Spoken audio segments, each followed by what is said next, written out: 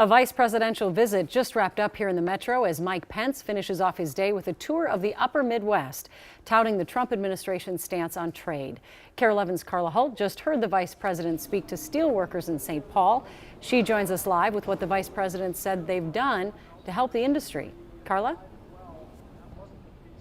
And they say they've done a lot, Julie. You can see the American flag is coming down at this point, proof that this vice presidential visit is over. But Vice President Pence did say that they are at higher wages, that we have lower unemployment rate, and that we have more manufacturing, all because of the president's trade policies. And he says Congress needs to approve another one. Again, Vice President Pence addressing a couple hundred workers at Gerdau Ameristeel in St. Paul.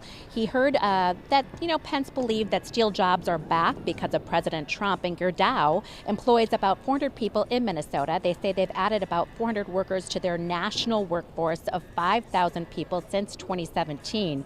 But critics charge the steel tariff hurts more than it helps. And when it comes to the administration's support for the United States-Mexico-Canada agreement, critics also disagree that it's much different than its predecessor. Pence says that's not the case. The days of undermining American manufacturing and undercutting American workers are over.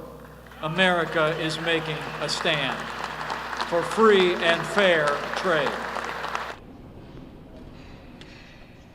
And this visit coming just a month after the president himself touched down in Minnesota, which means that Minnesota is definitely on the radar for Republicans in 2020. Back to you. All right. Thank you, Carla. Well, with the vice president in town, DFL lawmakers are taking aim at President Trump's administration.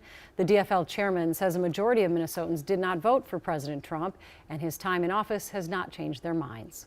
Whether it's health care, or farmers, or women's health, or our infrastructure in the LGBTQ community, the reality is the policies they've actually pushed have actually hurt people's lives.